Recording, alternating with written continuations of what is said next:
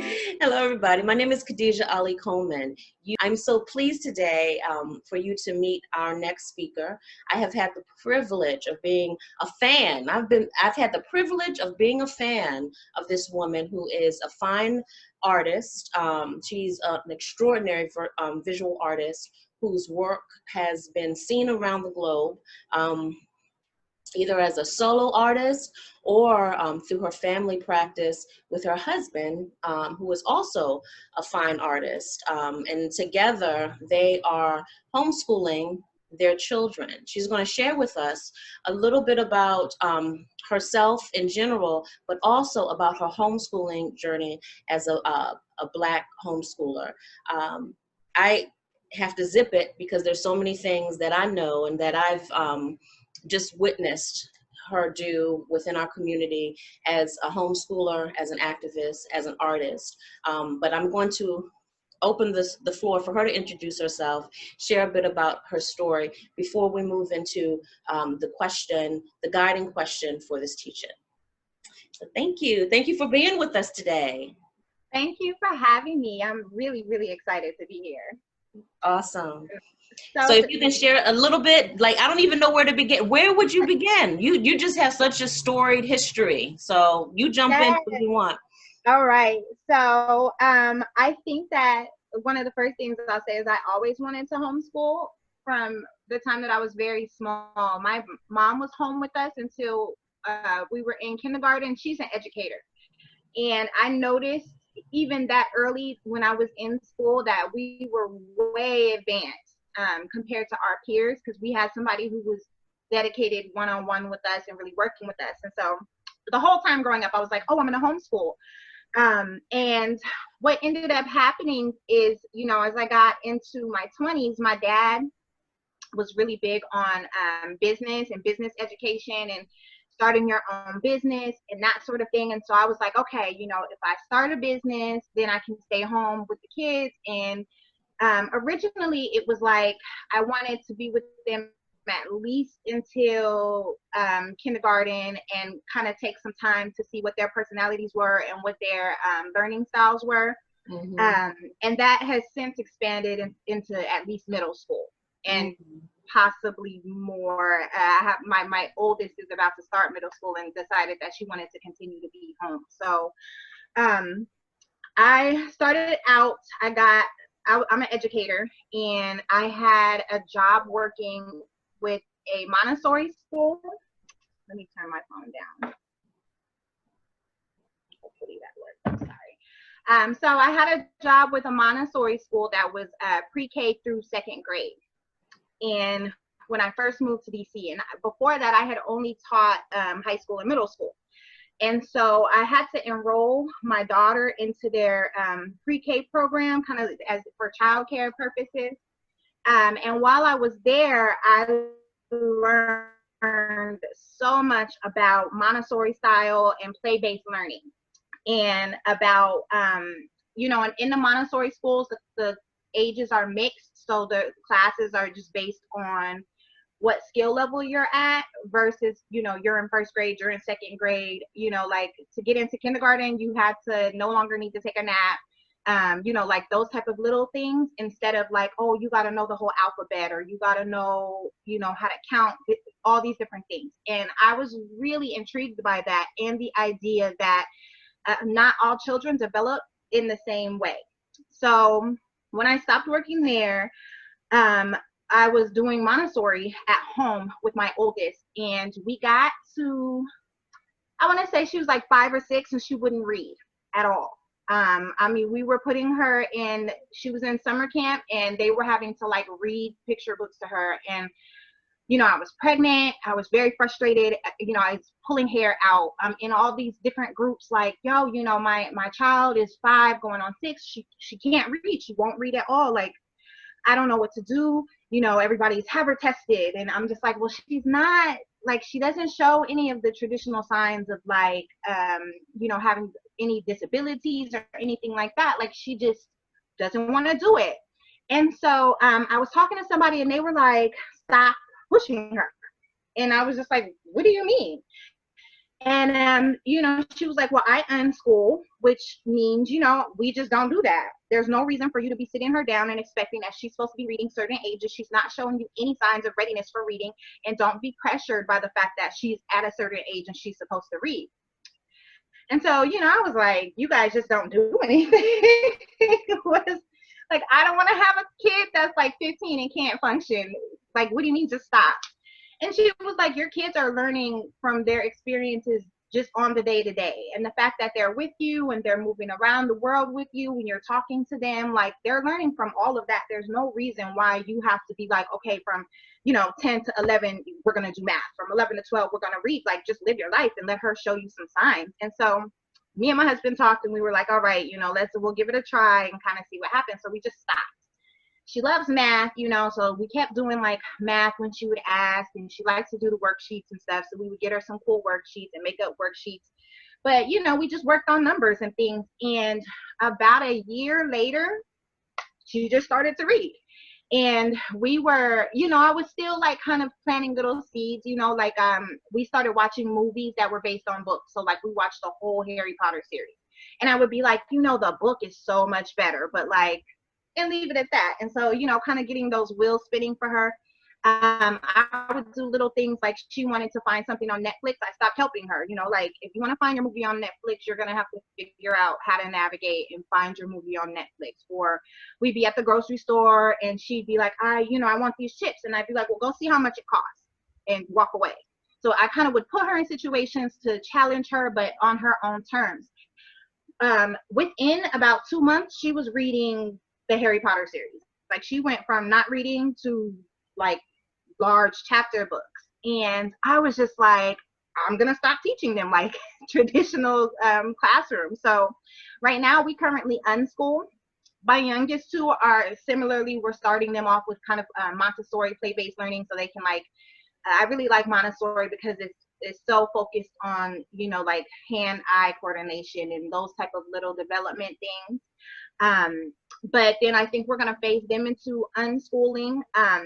Last year, my daughter and I started to kind of develop an unschool curriculum based on plant care and farming. And so that's kind of where we are now. And the smaller kids are participating in it too. It's something we're trying to gather all of it together at this moment, so that there's like a year-long guided learning, but it's based on plant care. So basically, like we go to the botanic gardens and we look at the plants we like, and we go to the plant nursery and we buy them, and we take like real meticulous notes about how much we watered it or what side of the house it is and why they change colors, and we research the soil and things like that. And I have her just writing it down. So we're just like living life and dealing with plants. And then we recently started a print company that we're running from our studio. And so the oldest prints things now with us. And then she has her own line that she's developing.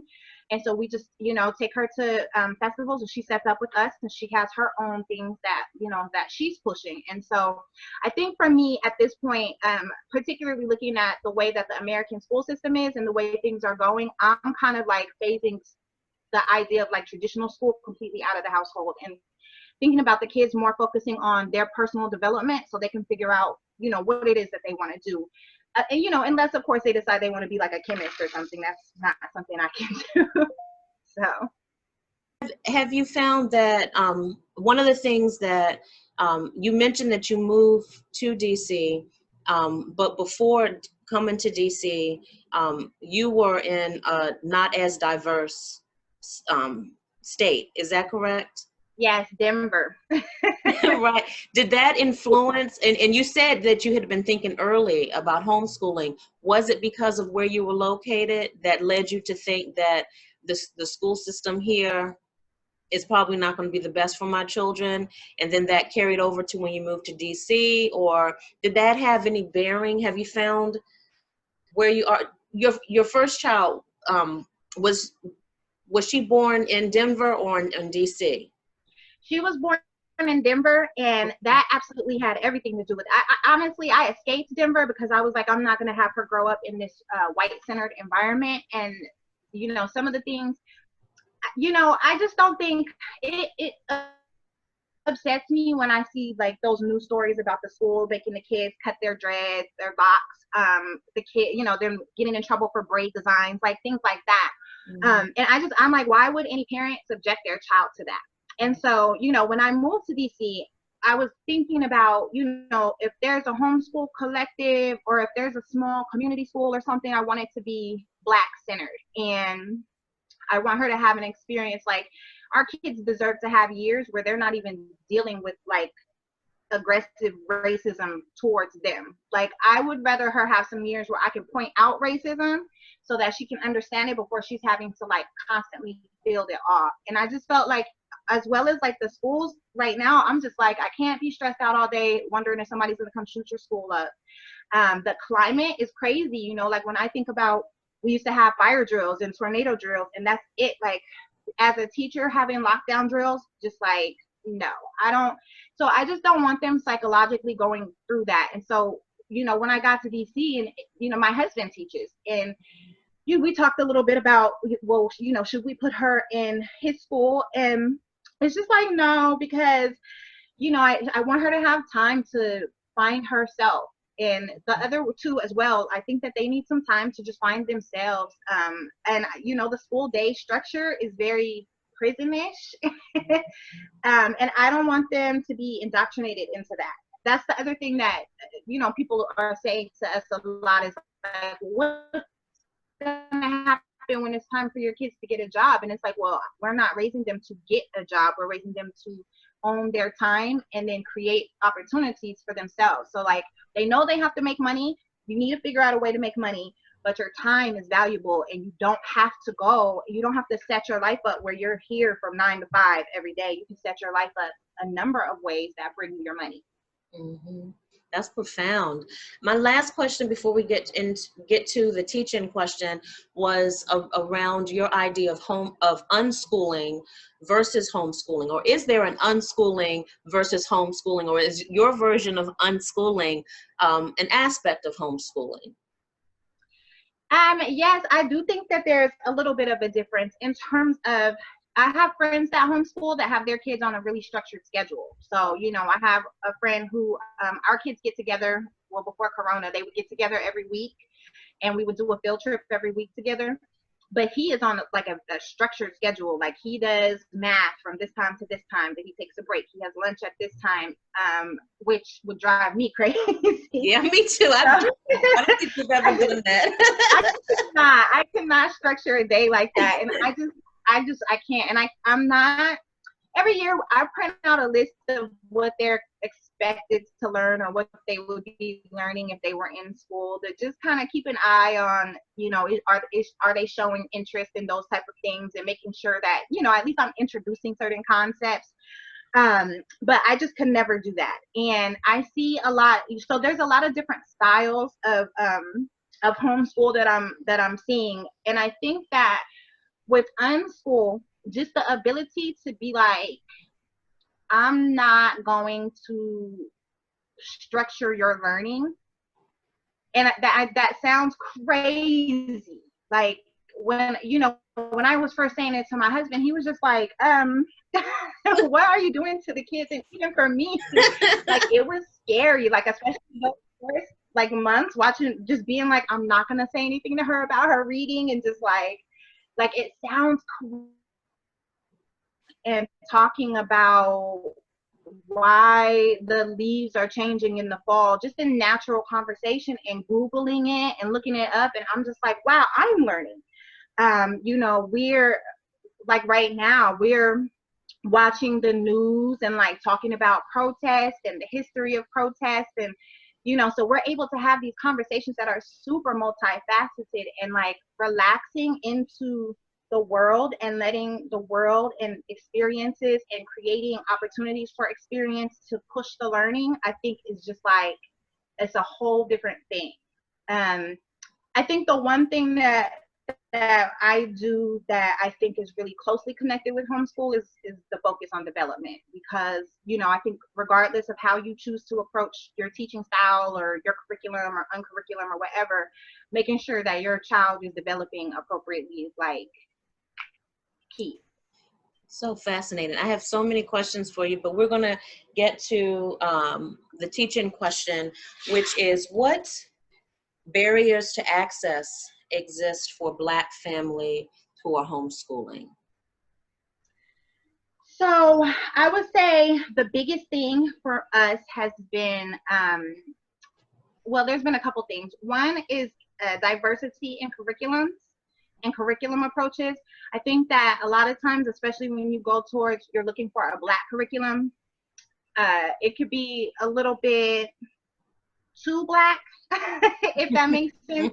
You know, like I don't want my daughter to have to like only eat African food and choose an African name and, you know, wear an African dress and everything is, you know, count the Egyptian eyes, all of that. It's like, it's too, like, I think that there's ways to engage in our culture without like over pushing this super Black African narrative. And I know that sounds really coonish and, you know, I don't mean it to come across that way.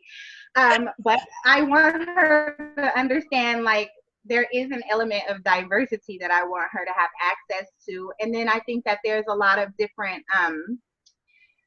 cultural issues that brings up for me as a Black American woman, where there's a little bit of a disconnect when I'm having those conversations. It feels like I'm appropriating a culture of learning in a way that I don't want to. And so that's definitely one thing that we run into.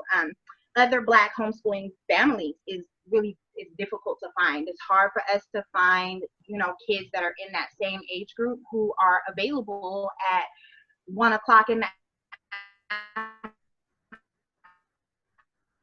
afternoon to go to the museum with us. On the idea of homeschooling is very popular with like white families and other families, and so like allowing my kids to have opportunities to connect with people who look like them who are doing the same thing has been a little bit of a challenge.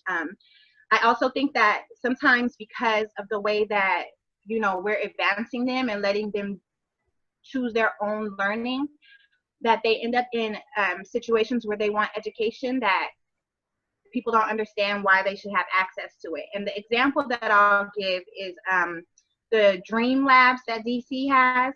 So, you know, our kids wanted to learn about, they want to have YouTube channels. And so they wanted to learn how to edit and how to make music and how to do all these different things. But the Dream Lab, it has an age limit on it. So, you know, you have to be, Are these labs in the libraries? Yeah, they're in some of the libraries. And so, and, you know, so they have everything. They have cameras, they have green screen, and they'll teach you how to use everything. But we ended up having to call around the libraries to get them to set a session up for our children who are, I think, 10 and 11 or 11 and 12. And they agreed to it. But when we showed up, you know, it was just kind of that double take of like, oh, you guys are bringing 2 little Black kids in here to learn how to, like, why aren't you guys in school? And, you know, our kids being like, who does that? You know, we're here to learn. And, and, you know, we're doing things that you guys teach high school students, and we're doing it in 5th grade. Yeah. So, you know, so I think there's things like that. We also, I think culturally, there's a lot of misunderstanding around what homeschooling actually is. You know, people are very shocked. They make a lot of comments around what it is to be Black in homeschooling. I think there's a lot of fear around what it means to take control over your child's education. And so, you know, I spend a lot of time, and even in front of my kids, I spend a lot of time explaining to people like what we're doing in a way that's very draining. We had an experience recently because, you know, people will come up to my daughter all the time and be like, you know, what did you guys do today? And she'll be like, nothing. And, you know, I'm just like, stop telling people we don't do anything all day. Like, because then people are pulling me aside, like, you know, what's going on? They're like, I'll call CPS on you. Right. You know, and I'm trying to explain that to her. And one of my friends was like, stop yelling at her. Like, to her, she doesn't realize that she's learning. Like, that's why she's like, nothing, you know, like, because for her, she's just so immersed. We're so immersed in learning at all times that there isn't I'm only learning this hour for her. And that is, Zsudayka, let me tell you, Zsudayka, that's going to be until she becomes a teenager. That is so true. Because my daughter's 16, and has always been nothing. What did you nothing? Because everything that you've explained is just living. It's life. Yeah. And and because you don't have this regimented schedule,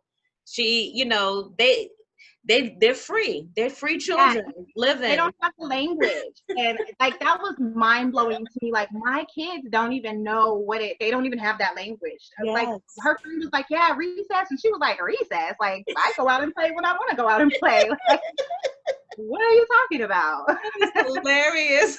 He said, stop telling people that. That is so funny. But you give such a great example on how folks will pry into your business through your children. It's something about telling people that you are homeschooling that triggers something in them a lot. You know what I mean?